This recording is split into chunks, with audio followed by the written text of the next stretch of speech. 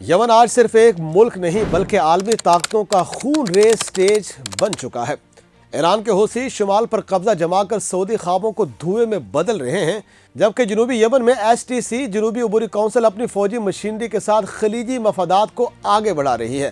امریکہ اور اسرائیل بحیرہ احمر کی ہر لہر، ہر جہاز اور ہر بندرگاہ پر اپنی گرفت کو مضبوط کر رہے ہیں۔ ہر شہر، ہر گاؤں، ہر تیل کا ذخیرہ کسی نہ کسی بیرونی طاقت کے ہاتھ میں ہے۔ پریزیڈنشل لیڈرشپ کونسل PLC صرف کاغذی نمائندگی ہے، حقیقی کنٹرول تو باہر کی طاقتوں کے پاس ہے۔ حوثی کے میزائل ریاض اور جیزان تک پہنچتے ہیں۔ STC کی اسپیشل فورسز ہر جنوبی منصوبے کو فعال کر رہی ہیں۔ یمن کا ہر شہری ان طاقتوں کے بیچ میں بری طرح سے پھنس چکا ہے۔ کوئی آزاد نہیں ہے۔ ایران اور سعودی عرب، امریکہ اور اسرائیل سب یمن کی زمین پر اپنی شناخت کو قائم کرنے کی کوشش میں لگے ہوئے ہیں۔ یہ ملک بکھرا ہوا ہے۔ یہ جنگ عالمی تصادم کا سب سے خطرناک سٹیج کیسے بن چکا ہے؟ آئیے دیکھتے ہیں اسی ویڈیو میں، ہمارے ساتھ جڑے رہیے۔ ناظرین، یمن وہ سرزمین ہے جو کبھی عرب تہذیبوں کا گہوارہ سمجھی جاتی تھی، لیکن آج یہ بکھری ہوئی ریاستوں، متحارب گروہوں، بیرونی اثر و رسوخ اور لامتناہی جنگوں کا نقشہ بن چکی ہے۔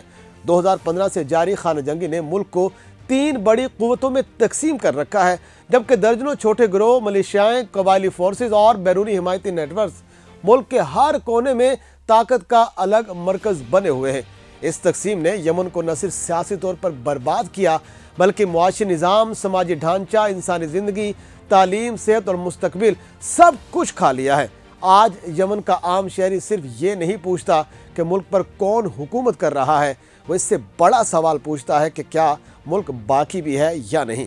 اس ٹوٹ پھوٹ کے درمیان 3 بڑے کیمپ اس جنگ کا رخ طے کر رہے ہیں۔ ایران کے حمایت یافتہ حوثی، سعودی حمایت یافتہ اور عالمی برادری سے تسلیم شدہ صدارتی قیادت کونسل یعنی PLC، اور جنوبی یمن کو دوبارہ آزاد ریاست بنانے کا نعرہ لگانے والی جنوبی عبوری council southern transitional council STC۔ یہاں طاقت کی بنیاد صرف فوج نہیں، زمین پر کنٹرول، تیل کی رسائی، بحری بندرگاہیں، قبائلی حمایت، بیرونی پشت پناہی اور تاریخی شناخت کا وہ زخم ہے جو دہائیوں سے پک رہا ہے۔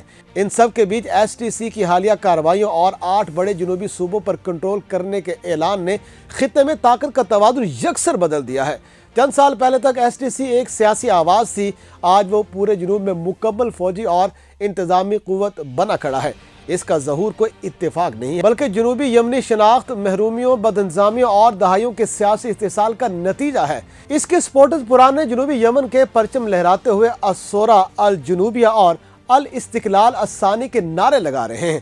ان کے نزدیک 1967 سے 1990 تک قائم رہنے والی پیپلز ڈیموکریٹک ریپبلک آف یمن کی بحالی نہ صرف حق ہے بلکہ جنوبی عوام کی تاریخی جیت ہے۔ مئی 2017 میں STC کا قیام دراصل اس وقت کے گورنر ادروس الزبیدی کی برطرفی کے خلاف عوامی رد عمل تھا۔ جب انہیں ہادی حکومت نے ہٹایا تو لاکھوں افراد سڑکوں پر نکل آئے اور انہیں جنوبی مزاحمت کا قائد بنا دیا۔